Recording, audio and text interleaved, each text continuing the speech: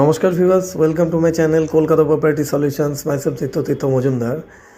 আজকে যে বিল্ডিংটা দেখাচ্ছি এটা কসবা রথতলায় লোকেটেড। নিয়ার বাই ল্যান্ডমার্ক থাকছে Rathtala mini bus stand. For রেন্টের জন্য টোটাল 28,000 থাকছে monthly, including car parking and flat.